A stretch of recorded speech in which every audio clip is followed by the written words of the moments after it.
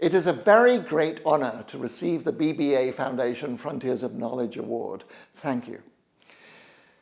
My connection with Spain and Spanish economists goes back to the very start of my education in economics as a master's student at the London School of Economics.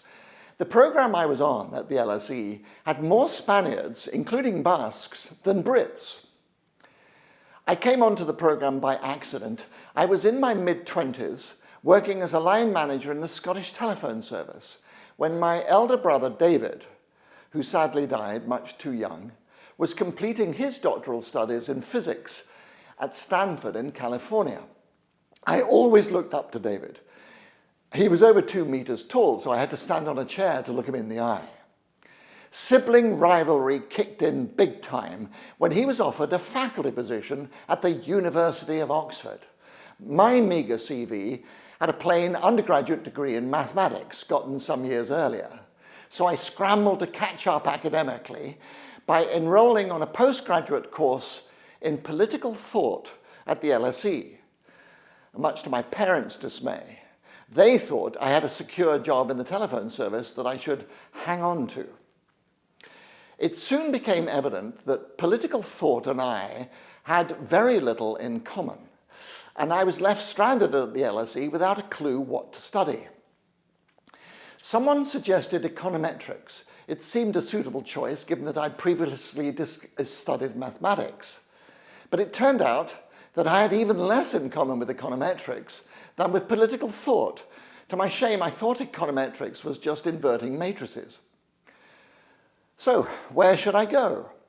A master's program in economics beckoned, specifically the unfortunately titled MSc in Mathematical Economics. It should have been called the MSc in Economic Theory.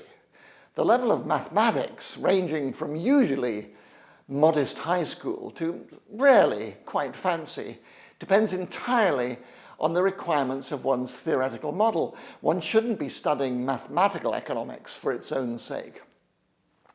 The trouble was that I had absolutely no background in economics. A newly appointed professor at the LSE, George Akerlof, who was an inspiration to me, was shocked to discover someone in his class who knew literally no economics.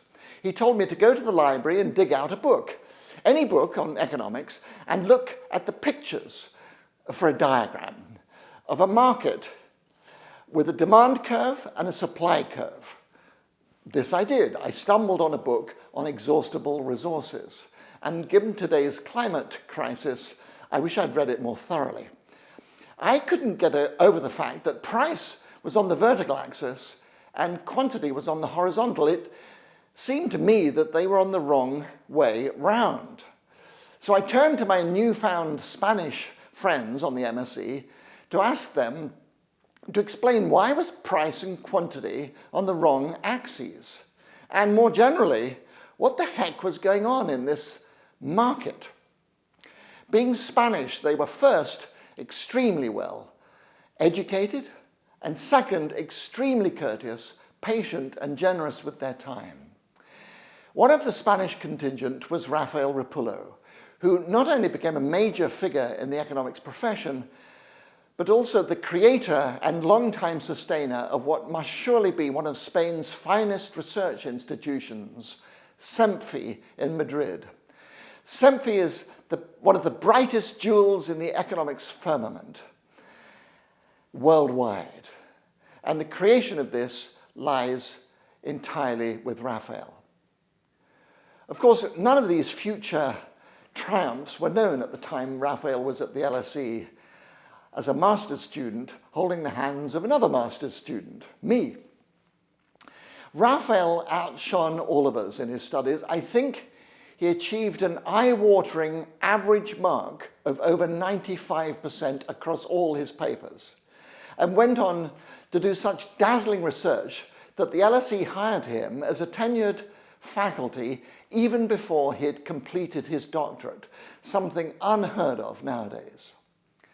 It was not only my enormous good fortune that Raphael dragged me through my studies, but also that he and I later collaborated on the design of economic mechanisms. By then, he had returned to Spain to establish SEMFI, and much of our research was done in the central bank building in Madrid, or more often, scoffing avocados with pine nuts in our favorite cafe nearby. They were wonderful times. The work we did back then has, I hope, stood the test of time, and it is a fitting public sign of our friendship. I'm so delighted that Raphael and his wife Angela are here today. To be coming back to Spain feels like coming home, academically and personally. To the extent that I've had any good ideas about economics, they've been fostered on Spanish soil and nurtured by Spanish cuisine. The other person I would like to give great tribute to is my fellow recipient of the BBVA Foundation Award, Nobuhiro Kiyotaki. I've described how I learned economics from Raphael. It would be more accurate to say that I learned microeconomics from Raphael. Back then, Raphael and I, quite inappropriately, and in my case with shocking ignorance, rather looked down on macroeconomics. Only years later did I find myself in the hugely lucky position of having an office next to Nobu at the LSE.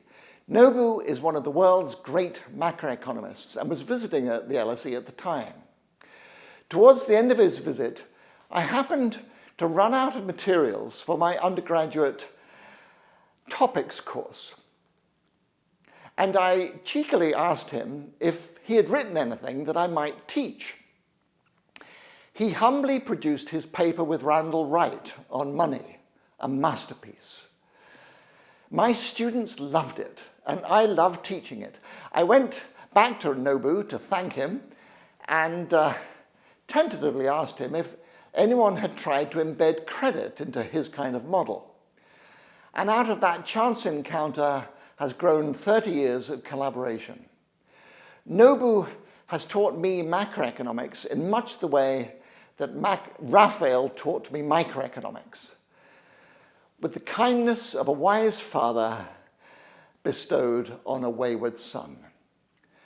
Without David, Raphael, and Nobu, I would probably have gone back to telephone maintenance with my tail between my legs, albeit with my parents' approval.